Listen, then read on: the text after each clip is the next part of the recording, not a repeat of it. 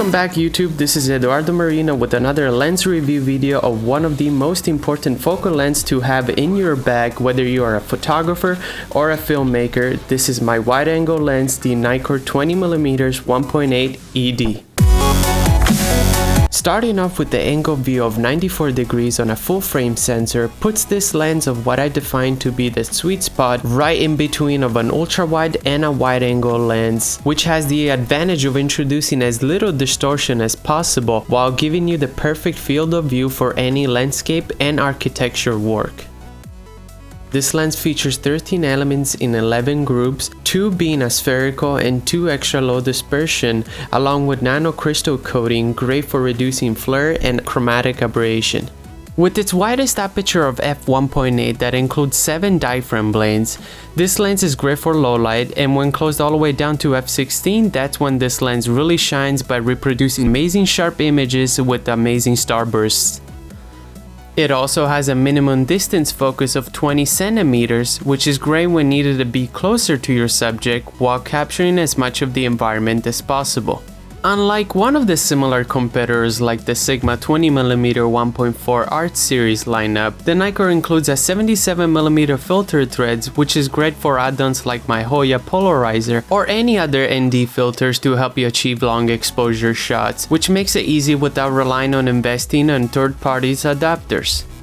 Another reason to love this lens is the weight of only 357 grams, being one of the lightest wide angle of its class. This is great for easy handling, especially when paired with the robust body of the Nikon D810. Makes it even easier when used with all sorts of stabilizers like I am with my glide cam. It never found any difficulties when balancing it before a shoot. However, because of its light and plasticky body, this brings up on one of the major flaws about this lens, which is the poor build quality. This is a lens that I would never dare to drop due to its fragile body, especially after the hearing of rattling sound when shaking the lens that might be either caused by the elements movement or the focusing motor, so make sure to keep your gear safe.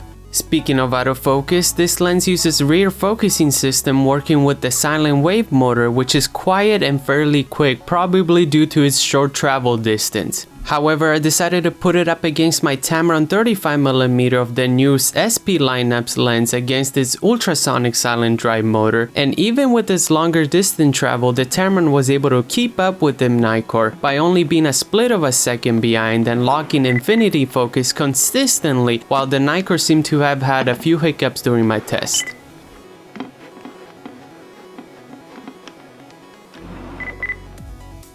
Lastly, unless if you're planning on doing some astrophotography, which this lens executes very well, I would not recommend shooting at its widest aperture f1.8, which will result in very soft edges along with a good amount of noticeable vignetting. I would suggest you shoot of no less than f2.2, resulting on better detail on the edges and a much more pleasing vignetting. So if you are on a budget and you're looking for a premium optical quality wide angle lens that does not break the $1,000 mark, then this is it.